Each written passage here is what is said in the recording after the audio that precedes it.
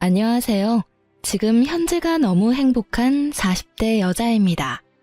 저희 엄마가 유튜브 사연을 하루 종일 라디오처럼 틀어놓으면서 자주 듣는 편이라 엄마한테 가는 날이면 같이 듣게 되는데요. 같이 사연을 들으면서 엄마가 너도 한번 보내보라며 볼 때마다 성하셔서 고민을 하다가 용기를 내어 글을 씁니다. 그럼 제 얘기를 시작하겠습니다. 저는 연애보다는 재테크에 관심이 더 많은 사람이었습니다. 물론 지금도 그 마음은 크게 변하지 않은 것 같아요. 그래서 근처에 있는 주거래 은행을 정말 자주 방문했습니다. 관심이 생기는 펀드가 생기면 궁금한 사항 담당 은행원께 여쭤보러 자주 갔어요. 언제나 친절하고 세세하게 답변을 해줘서 갈 때마다 그 은행원을 찾아갔죠. 그 은행원이 바로 둘째 신우였습니다. 그렇게 저는 둘째 신우와 친해지게 되었어요. 가끔 퇴근하는 길에 만나면 커피 한잔 할 정도의 개인적인 친분이 쌓였죠. 제가 적금 만기 해약하러 간 날이었는데요. 그날 둘째 신우가 저한테 그러더라고요. 요즘 만나는 남자 없다고 했죠? 혹시 제 남동생 소개받아 볼래요? 내 동생 진짜 잘생겼어요. 한 번만 만나봐요. 갑작스럽게 남동생을 소개시켜준다는 말에 당황한 저는 일단 거절을 했어요. 하지만 둘째 신우가 적극적으로 밀어붙여서 얼떨결에 소개를 받게 되었습니다. 둘째 신우의 말대로 남편은 매너가 좋고 훤칠하게 잘생겼죠. 금방 호감이 생겨 교제를 시작했고 자연스럽게 결혼까지 하게 되었습니다. 연애에 크게 관심이 없었던 제가 이렇게 물 흐르듯 결혼까지 하게 된 건 둘째 신우의 적극적인 지지가 뒷받침되어서 그랬던 것 같아요. 저희 둘이 결혼한다고 하자 둘째 신우가 얼마나 좋아했는지 몰라요. 첫째 신우도 둘째 신우와 마찬가지로 저를 잘 챙겨주었죠. 남들은 신우 때문에 스트레스 많이 받는다고 하던데 저는 참 운이 좋구나 싶었어요. 저는 가족들한테도 제 수입이라든지 자산을 공개하지 않은 편이에요.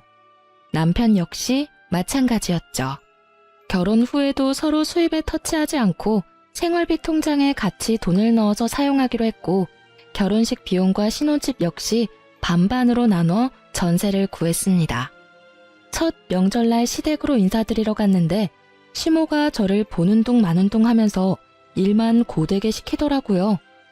이따가 3시 이후에 첫째랑 둘째네 가족 오기로 했다. 어서 주방 정리하고 청소기 좀 돌리자. 집안에 먼지가 많다. 빠릿빠릿하게 움직여라. 아침부터 제사상 차리고 치우고 밥 준비하고 먹고 또 치우고. 잠시 숨 돌리는 중이었거든요. 남편도 너무하다 싶었는지 시모한테 한마디 했습니다. 엄마, 이 사람 좀 쉬자. 이 집에 들어오고 이제야 처음으로 앉아서 쉬고 있는데 또 일을 시켜? 그리고 3시 되려면 아직 멀었어. 천천히 해도 되잖아. 첫 명절부터 며느리 너무 잡는 거 아니야? 청소기는 내가 돌릴게. 시모는 남편을 흘겨보고 나서 저에게 말하더군요. 그럼 입가심 좀 하게 과일 좀 깎아서 가져오렴. 싱크대 옆에 과일 닦아놓은 거 있다. 커피랑 해서 좀 가져와. 저는 주방에서 과일과 커피를 준비해서 내놓았죠. TV 소리만 들리고 시모와 시부는 아무 말이 없었어요. 적막한 거실에 과일 먹는 소리밖에 안 들리는데 정말 곤욕이었죠. 주방에 가서 정리나 해야겠다 하고 일어나려고 하는데 시모가 그러더라고요. 정말 내가 가슴이 답답하다. 냉수라도 가져다 드릴까요? 뜬금없이 가슴이 답답하다는 시모에게 딱히 할 말이 생각이 안 나서 농담 반 진담 반으로 정막을 깨려고 했습니다. 그러자 시모는 갑자기 저한테 손가락질하며 그러더라고요. 아니 너는 정말 너무한 거 아니니? 어쩜 그럴 수 있어? 내가 정말 너무 섭섭하고 마음이 좀 그래. 근데 냉수 같은 소리를 하고 앉아있네. 안 그래도 답답한 가슴이 더 답답해지려고 하네. 다짜고짜 저보고 너무한 거 아니냐고 하는 시모의 말을 저는 이해할 수가 없었습니다. 제가 시모에게 너무한 행동을 한 기억은 없었거든요. 어머니, 대체 무슨 말씀이세요? 저한테 뭐 서운한 거라도 있으세요? 있으시면 말씀해 주세요. 저는 지금 어머님이 무슨 말씀을 하고 계신지 전혀 모르겠어서요. 그래, 말 나온 김에 물어나 보자. 너는 돈도 그렇게 많은 애가 굳이 집을 반반으로 구했어야 했니?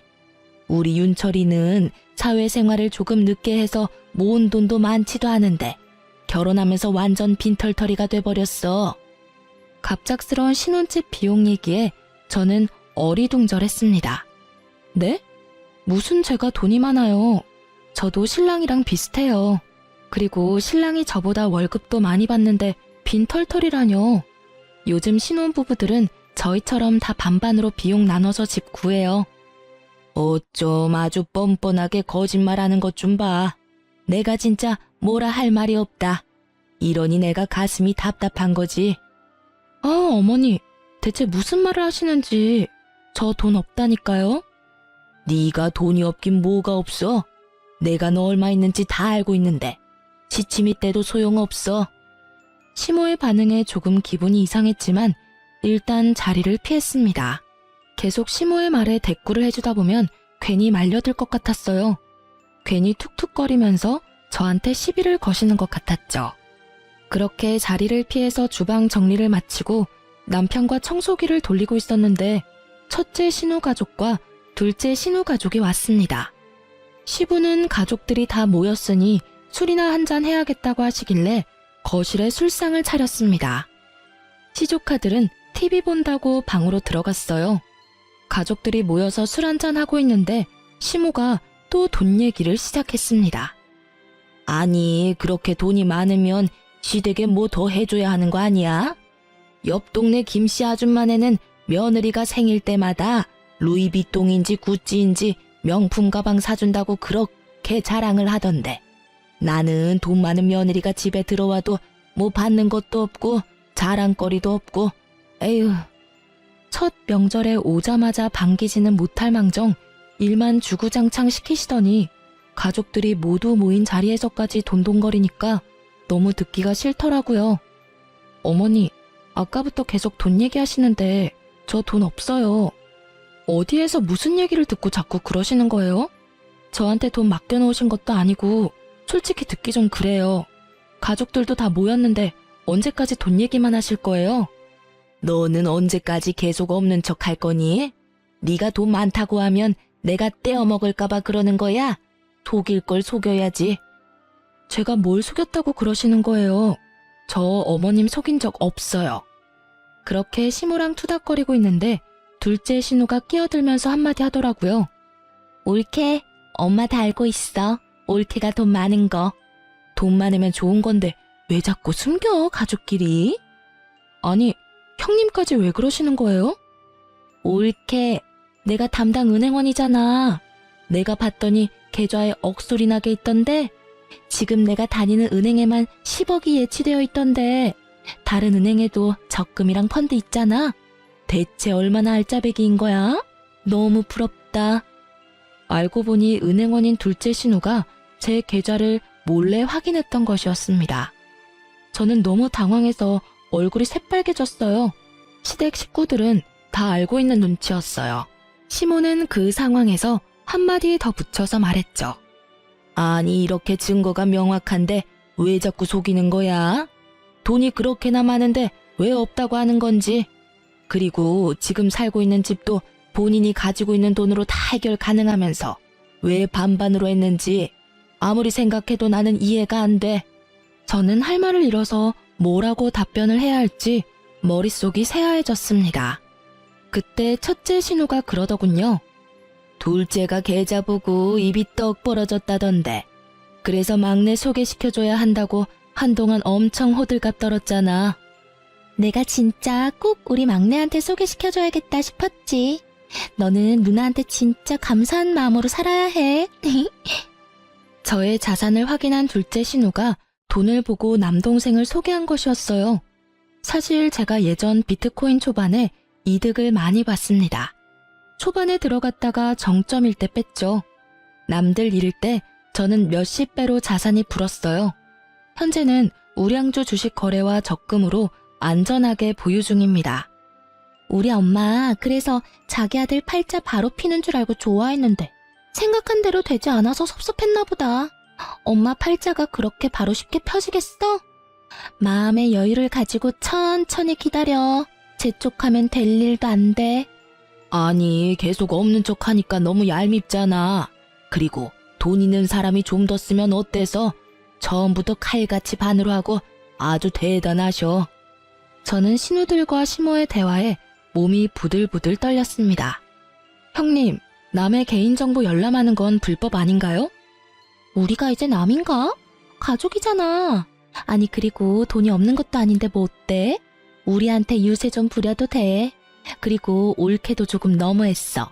아무리 반반 결혼이라지만 엄마한테는 작은 선물이라도 해주면 좋잖아. 우리 엄마 돈 많은 며느리 들어온다고 동네방네 소문 다 냈는데 받은 게 하나도 없으니까 괜히 올케한테 심술만 부리잖아. 남의 정보를 함부로 열어보고는 일말의 죄책감이나 미안한 감정이 없는 둘째 신우나 제가 열심히 모으고 재테크한 돈으로 콩고물 좀 안 떨어지나 하고 바라는 시댁 식구들이 너무 꼴보기 싫었습니다. 도저히 말이 안 통하는 시댁 식구들과 한시도 같이 있을 수 없어 저는 그 자리를 박차고 나왔습니다. 망치로 꽝 하고 맞은 느낌이었고 아무 생각도 안 나더라고요. 제 뒤를 따라 나온 남편이 위로는 못할 망정 속을 긁는 소리만 해댔습니다. 이렇게 갑자기 가버리면 어떡해?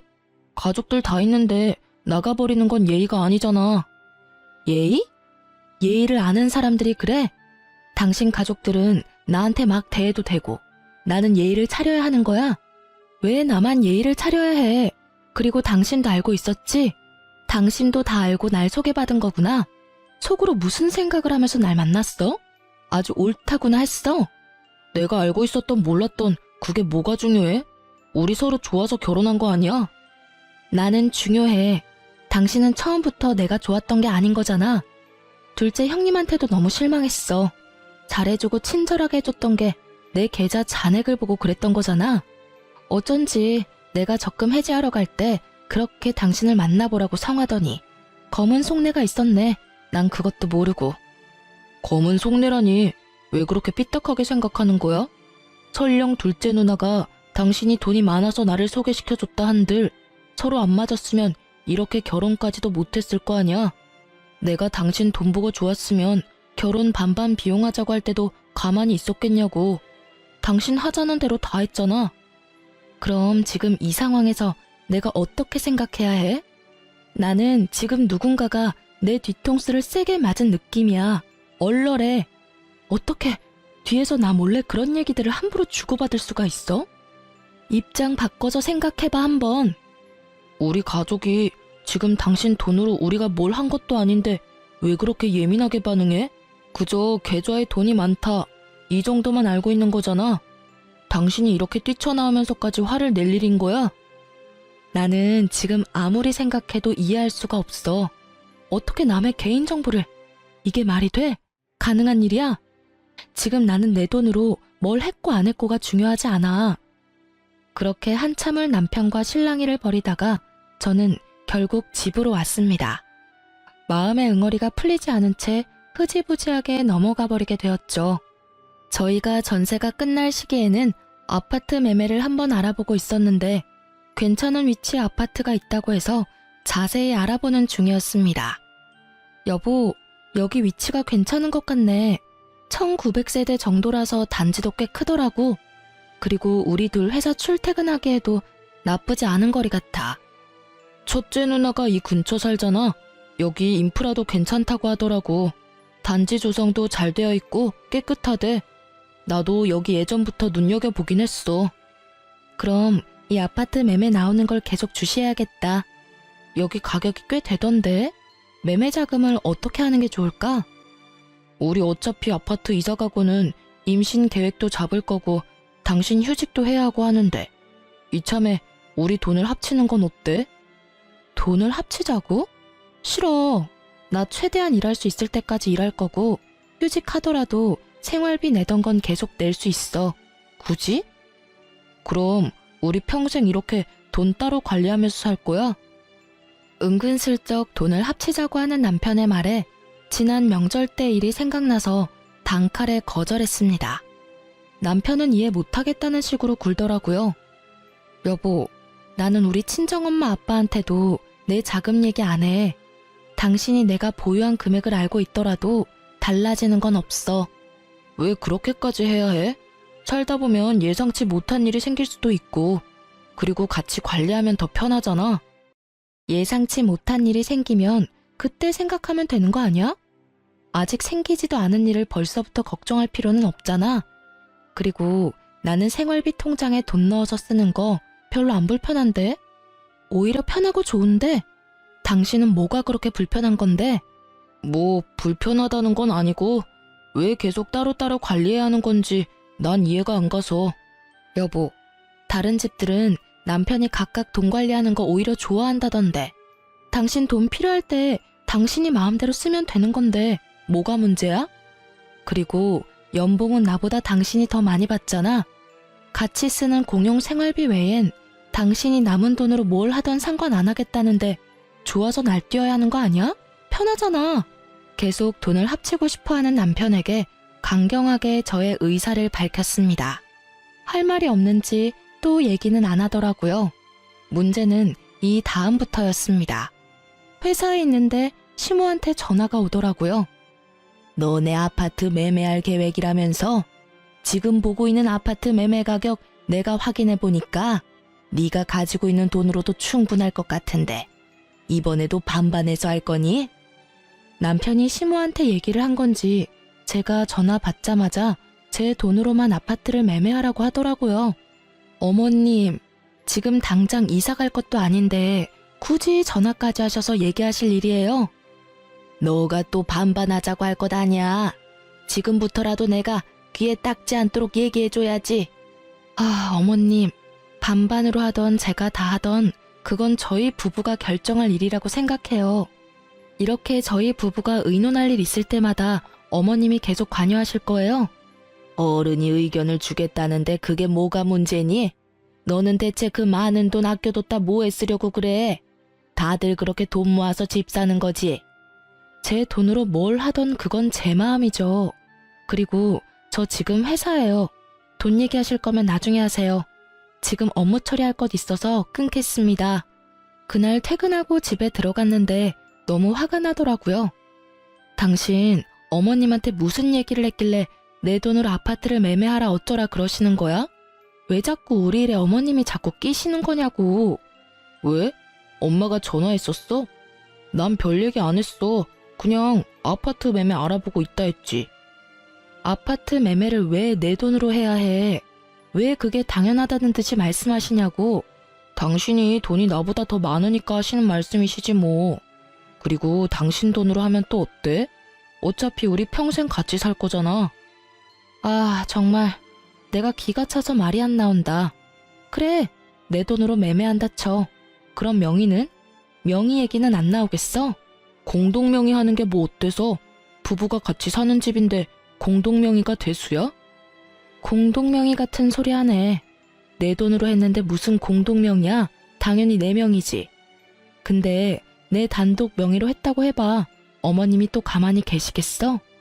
아니, 다들 왜 내 돈 가지고 이래라 저래라 하는 거야 정말? 내가 돈 모으는데 뭐 보태준 거라도 있어 다들? 당신은 말을 또 왜 그렇게 해? 왜 자꾸 비꼬는 거야? 우리 가족이 나쁜 마음 가지고 얘기하는 거 아니잖아. 공동명의 한다고 해서 뭐 당신 인생이 크게 달라져? 내 개인정보를 몰래 열람한 둘째 신우와 자꾸 돈을 합치자며 은근슬쩍 묻어가려는 남편과 그리고 돈돈거리면서 제 속을 긁는 시모 때문에 저는 결국 참다 못해 터졌습니다. 나 지금까지 계속 참고 얘기 안 했는데 솔직히 둘째 형님 이거 범죄 아니야? 은행원이 고객의 개인정보를 함부로 열람해. 그리고 그걸 발설까지 했어. 이거 신고감이야, 알아? 당장 은행원 자격 박탈당해도 할 말 없는 거라고. 아니, 어떻게 자기 개인적인 궁금증을 위해 그런 몰상식한 행동을 할 수가 있어? 그게 무슨 범죄야. 당신 돈을 빼돌린 것도 아니고. 그리고 몰상식? 자꾸 말 이상하게 한다. 싸우자는 거야? 우리 누나를 어떻게 보는 거야? 빼돌려야 범죄야? 요즘 개인정보보호법 강해진 거 몰라? 당신네 회사에서도 매년 개인정보 보호 교육하지 않아?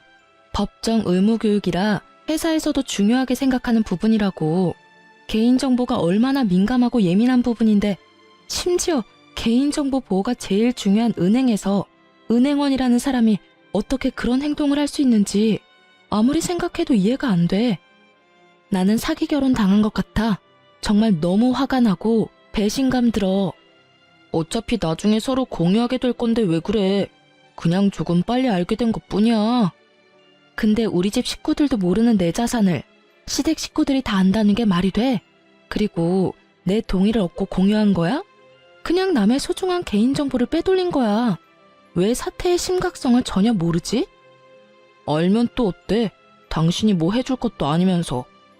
저는 벽이랑 말하는 것 같았고 남편에게 무슨 말을 해도 제 마음을 이해해주지 않을 것 같았어요.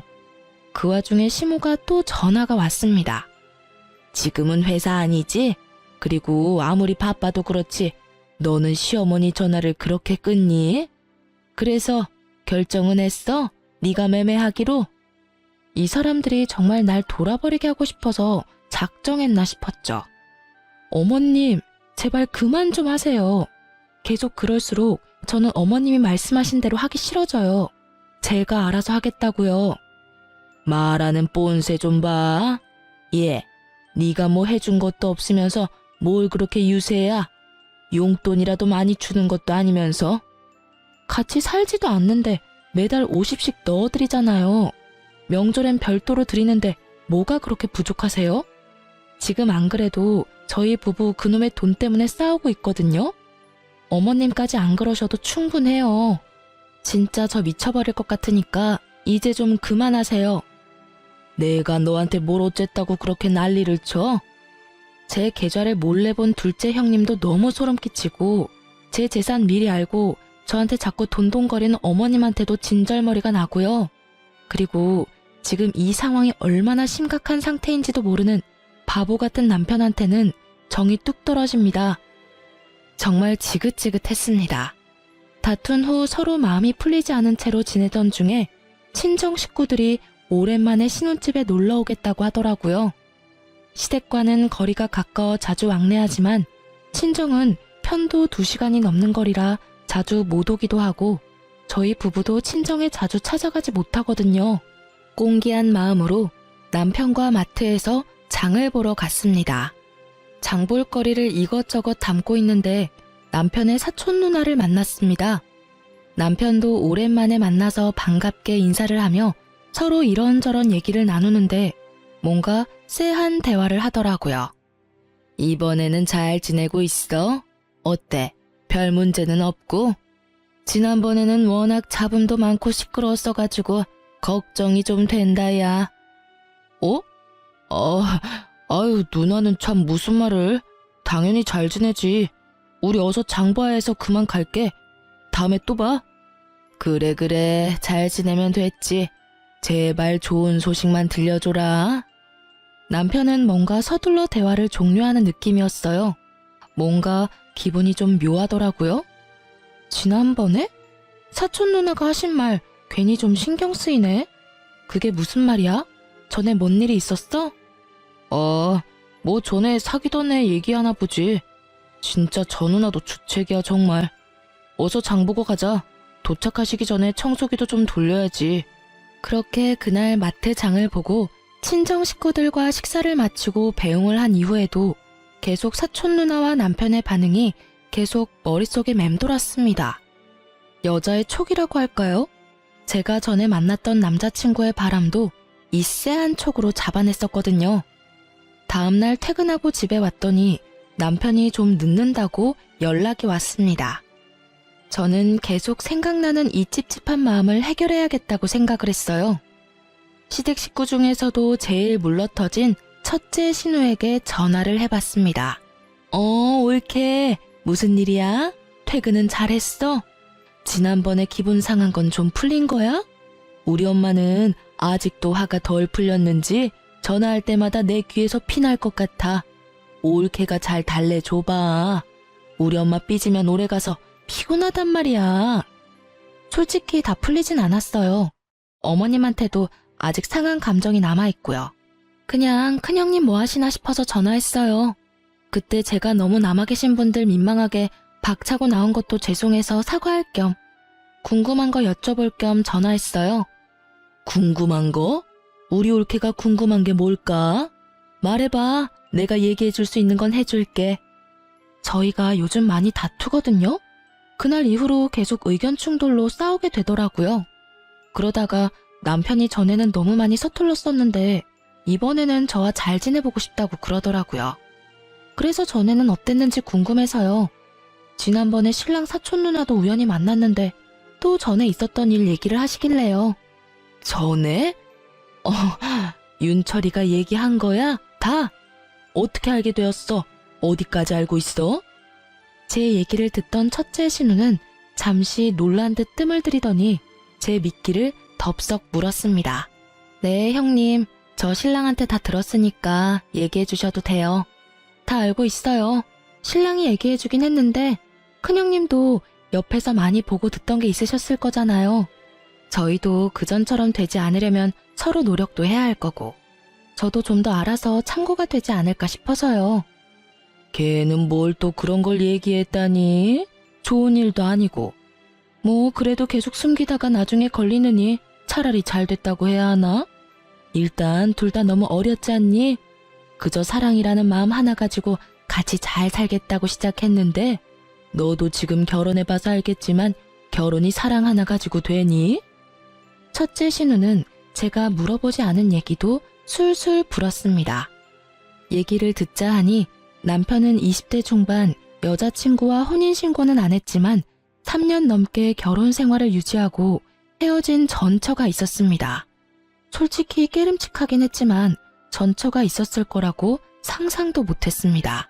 저와 결혼이 처음이 아니란 거잖아요.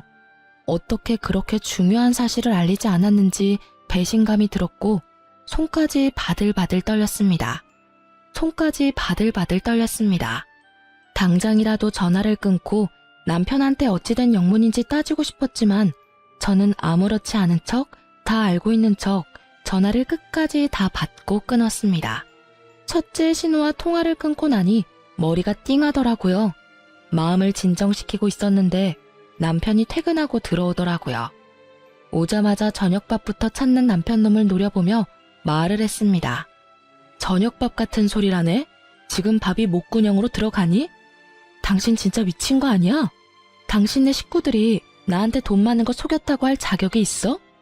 퇴근하고 오자마자 또 그게 뭔 소린데? 대체 왜 얼굴만 보면 잡아먹으려고 난리야? 나도 숨 좀 쉬자 제발. 당신 나랑 첫 번째 결혼이 아니더라? 전처가 있다면서. 저의 말에 남편의 얼굴은 급속도로 어두워졌죠.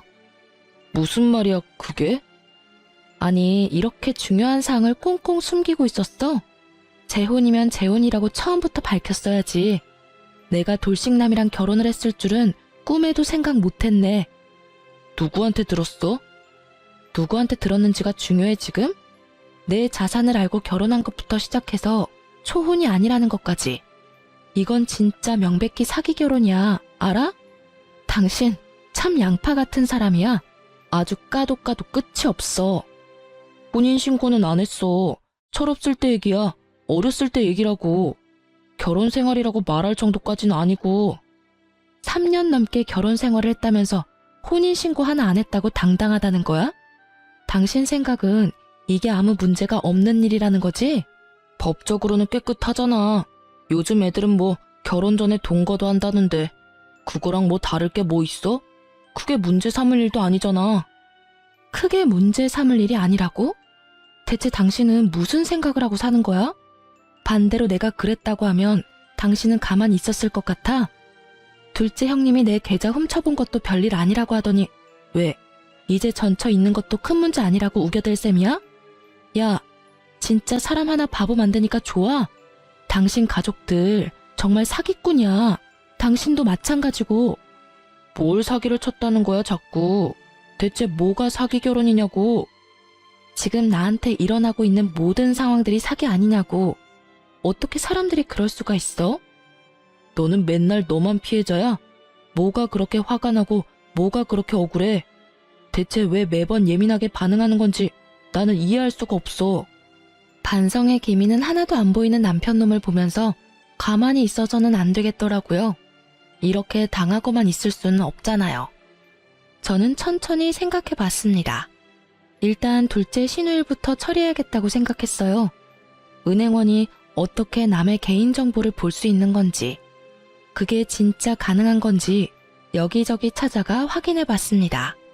인터넷으로도 열심히 검색을 해봤더니 세상에 이런 경우가 또 있었더라고요.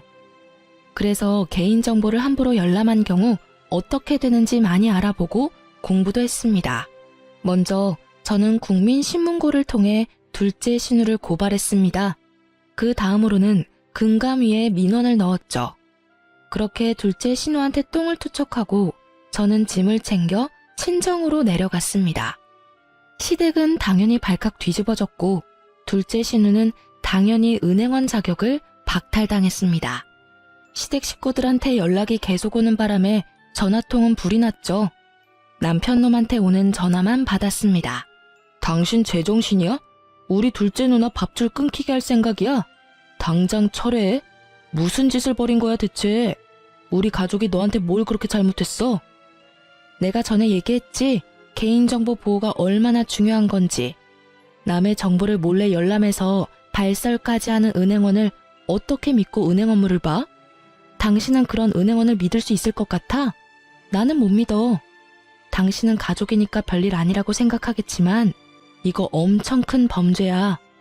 몰랐으면 이제라도 좀 깨달았으면 좋겠네.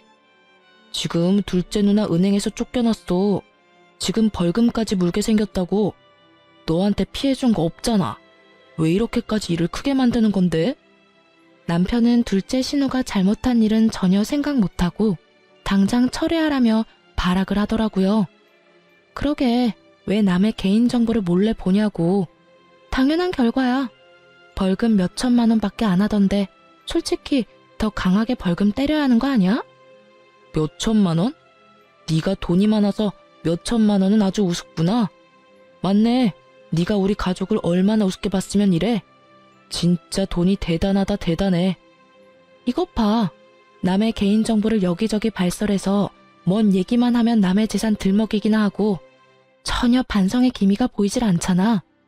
왜 아직도 정신을 못 차리는 거지? 지금 당신네 가족은 지금 나한테 미안하다고 싹싹 빌어야 하는 거 아니야? 어쩜 이렇게 당당해? 우리가 남이야? 너랑 나랑 부부야. 정신 차려. 왜 너한테 싹싹 빌어야 하는데? 네가 우리한테 잘못했다고 용서를 구해야지. 아, 정신 차려야 할 건 둘째 신우겠지. 아니다. 시댁 식구들 모두 정신 차려야 해. 내가 봤을 땐 다들 제정신이 아닌 것 같아. 그리고 솔직히 따지면 우리 둘은 남이지. 피가 섞인 것도 아니고. 그래, 네 마음대로 해라. 나 지금 너희 회사 앞으로 가는 길이야. 엄마랑 둘째 누나도 같이 가고 있으니까 가고 단단히 해. 도망칠 생각하지 마. 잘못했다고 미안하다고 반성하는 모습을 보이지 못할 망정 회사로 찾아오고 있다고 협박하는 시댁 식구들이 한편으로 너무 대단해 보였습니다. 오히려 잘 되었다는 생각도 들었어요. 아, 그래? 근데 어쩌지? 나 회사 그만뒀어. 가봤자 별 소득도 없을 거고. 나 회사에서 망신시켜주고 싶어서 그런가 본데 이미 회사의 사정 다 얘기해서 회사 사람들 다 알 텐데. 가봤자 좋은 소리 못 들을걸. 괜히 오기 부리지 말고 조용히 집에나 가세요. 시댁 식구들이 회사에 찾아올 수도 있을 거라는 생각을 진작에 했죠. 친정에 내려가기 전에 회사의 사정 얘기하고 바로 퇴사했습니다.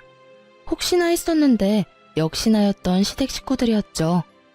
저는 시댁 식구들과 쓸데없이 감정 소비할 시간이 없었어요. 남편 전처의 행방을 찾고 있었거든요. 수소문 끝에 남편의 전처를 찾아갔습니다. 얼마나 고생을 많이 했는지 처음 봤는데도 얼굴이 헬쓱해서 안쓰러워 보이더라고요.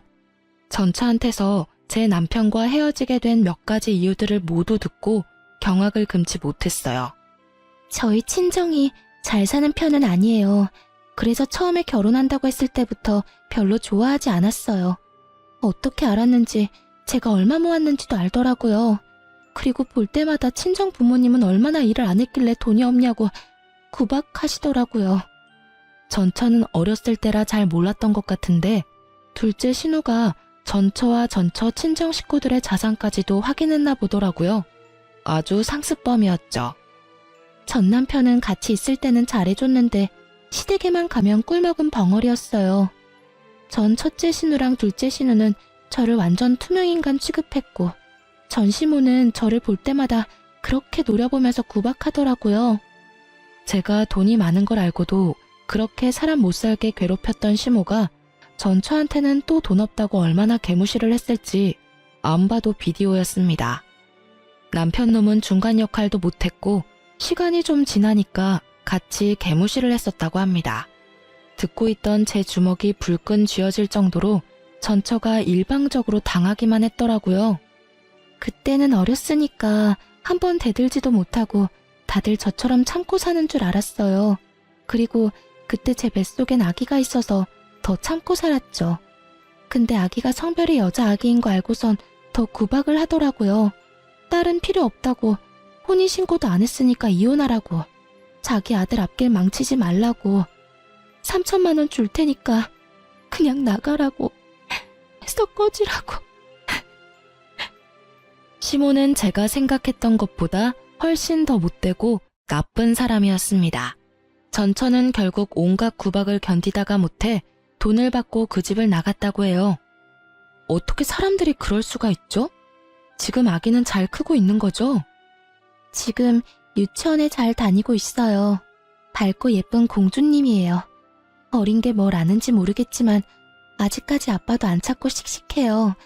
제가 그렇게 돈을 받고 나왔지만 너무 억울하고 그때 일만 생각하면 너무 화가 나요. 기회만 있다면 복수하고 싶을 정도로요. 그런데 저는 아무것도 없잖아요.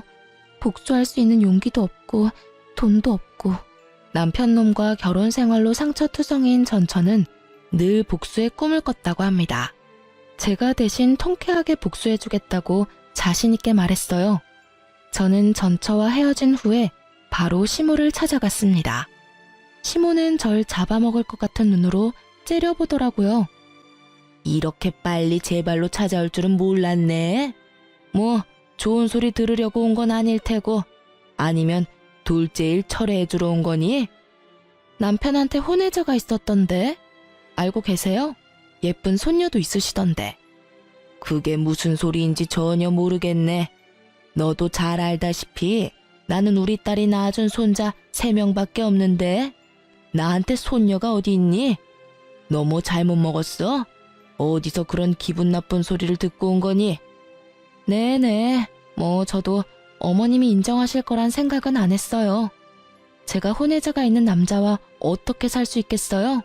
사기 결혼인 거 아시죠? 얘기 들어보니까 어머님이 내쫓으셨다고 하던데 어머님 진짜 대단하신 분이었더라고요. 솔직히 좀 어머님이 무섭기도 하네요, 이제는. 참, 저 이혼하겠습니다. 이 얘기 해드리려고 찾아온 거예요. 제 말이 끝나기가 무섭게 시모가 코웃음을 치며 말하더군요. 너 너무 웃긴다 얘. 우리 아들이 뭘 사기를 쳤니? 직장이랑 학력 숨기고 너한테 돈을 뜯어냈니? 뭐 네 자산 얼만지 알고 있었다고 그게 큰 문제가 될 것도 아니고. 그리고 그 돈을 우리가 몰래 빼돌린 것도 아니지 않니? 어떻게 사기 결혼을 입증할 건데? 혼인 취소 소송이라도 하려고? 이혼하면 그냥 넌 이혼녀 되는 거야. 둘째 딸 일은 우리가 그냥 눈 감고 넘어가 줄 테니 기회 줄 때 그냥 참고 살아. 어머님, 저희 혼인신고도 안 했는데 무슨 소리 하시는 거예요? 그제서야 시모는 깜짝 놀라 어버버거리기 시작했어요. 뭐? 무슨 말이니? 너네 결혼식 올리자마자 내가 윤철이한테 혼인신고 바로 하라고 시켰는데 그럴 리가 없어. 아, 그래서 신랑이 그렇게 혼인신고 빨리 하라고 재촉한 거였네요. 저보고 하라고 했었는데 제가 좀 바빠서 미루다가 못했어요, 어머니. 사실 이혼이랄 것도 없고 전처처럼 그냥 각자 갈 길 가면 되거든요. 안 그래도 결혼하자마자 혼인신고해야 한다고 남편이 입버릇처럼 얘기하더라고요. 어차피 저도 혼인신고는 해야 하긴 하니까 나중에 연차 쓸 수 있을 때 할 거라고 말만 해놓은 상태였거든요. 바쁘기도 하고 귀찮기도 하고 해서 계속 미루고 있다가 한 달이 지나선 완전 깜빡 잊고 있었던 거죠.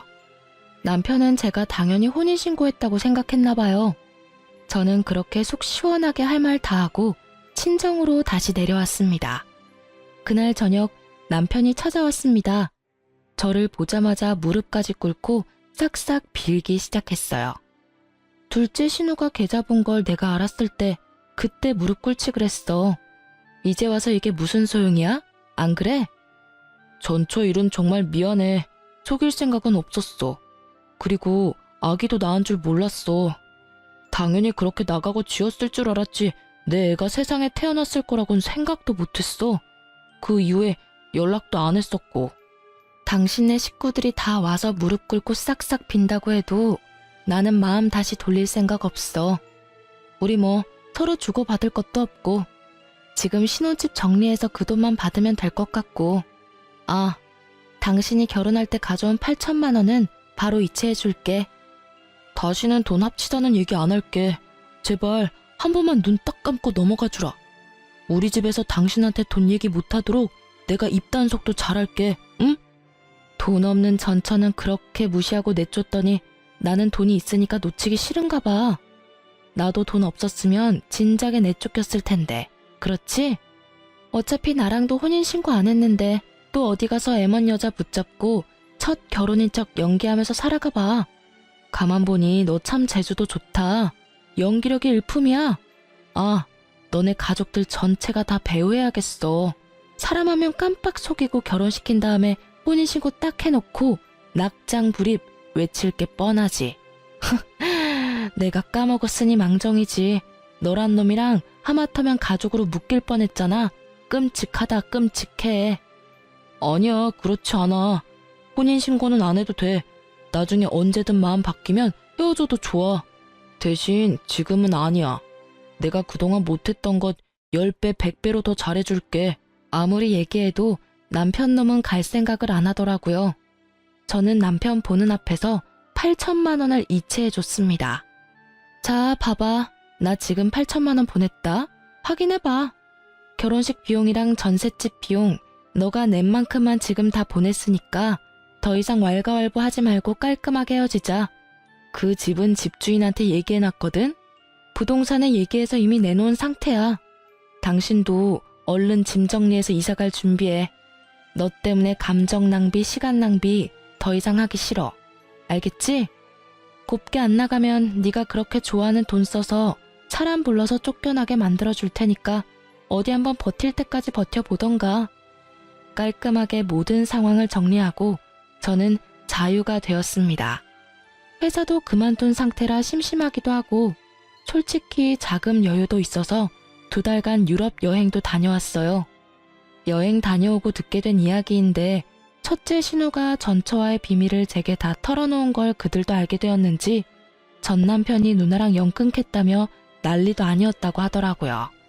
그리고 그 집은 아들이 최고인 집이라서 이번 이혼의 원인이 오로지 첫째 신우 때문이라고 생각했는지 신우한테 더 이상 친정에 찾아오지 말라고 한 소리 했다더군요. 유럽 갔다 와서 모르는 전화번호 받았더니 첫째 신우가 제게 얼마나 한풀이를 하는지 아주 시겁했답니다. 그들은 끝까지 정신을 못 차릴 인간들이에요. 똥은 무서워서가 아니라 더러워서 피한다죠. 그런 심정으로 그들과 되도록 마주치지 않는 게 상책이라는 생각이 드네요. 둘째 신우는 당연히 은행으로 재취업 못하고 겨우 중소기업 경리로 취업했다고 하더라고요. 저는 그 회사에 전화해서 개인정보로 은행원 자격 박탈당한 사람이라고 얘기해줬죠. 그 얘기를 들은 그 회사 대표는 굉장히 당혹스러워 하더라고요. 결국 둘째 신우는 3개월 만에 또 잘려서 정규직은 물 건너갔다고 하더라고요. 이후에 한동안 국내로만 여행 다니면서 푹 쉬었어요. 지금은 친정 근처로 거주지를 옮겨놓은 상태라 새로운 회사에 재취업해서 잘 적응 중입니다. 참, 전 남편의 전처와는 지난번 만남을 계기로 친해져서 가끔씩 연락하고 지내는 친구가 되었어요. 그러다 종종 만나선 전 남편과 전 시댁 식구들을 안주 삼아서 얘기하다 보면 시간 가는 줄 모를 정도라니까요. 저는 처음 자기소개할 때 얘기했듯이 지금 너무 행복한 인생을 보내고 있습니다. 역시 저는 혼자서 지내는 게 맞나 봐요. 전 둘째 신우의 꼬임에 빠져서 잠시 제가 추구하는 삶과 다른 삶을 잠깐 살게 되었는데 결혼은 제 운명이 아니란 걸 깨닫게 되었습니다. 제 사연 재미있게 들으셨나 모르겠네요. 저희 엄마도 듣고 계시겠죠? 여러분도 지금 인생이 행복하길 바라며 저는 이만 사연을 마치겠습니다. 감기 조심하시고 나쁜 사람도 조심하세요. 감사합니다.